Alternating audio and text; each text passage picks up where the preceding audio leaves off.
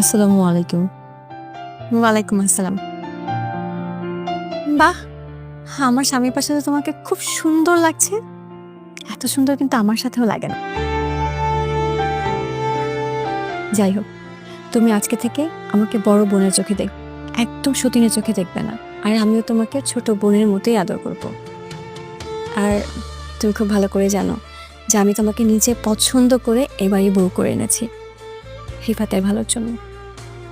আমার কাছে রিফাতের সুখটাই সবচেয়ে বেশি ইম্পর্ট্যান্ট। আশা করছি তুমি সুন্দর করে মানিয়ে গুছিয়ে এই সংসারে থাকবে, আমাদের সংসারটা অনেক সুন্দর হবে। আপু, আপনি আমাকে কখনো সতীনের চোখে দেখেন না। আমি আপনার ছোট বোন হয়ে থাকতে চাই। একটা মেয়ে যে তার স্বামীকে দ্বিতীয় বিয়ে করাতে পারে, এটা আমি কখনো কল্পনাই করতে পারিনি আপু।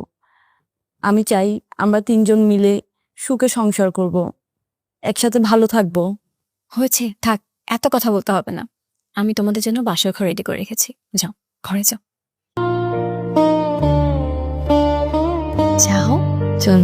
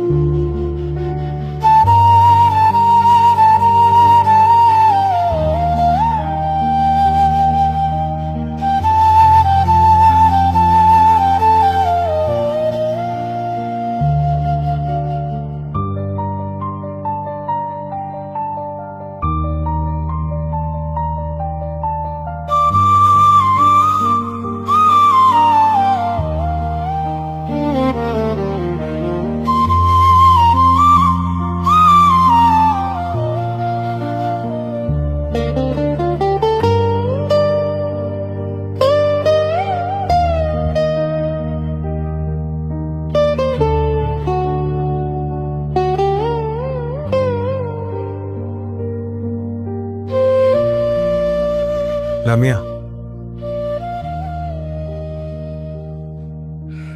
তোমাকে আমি কি বলে যে ধন্যবাদ দিব তা আমি নিজেও জানি না।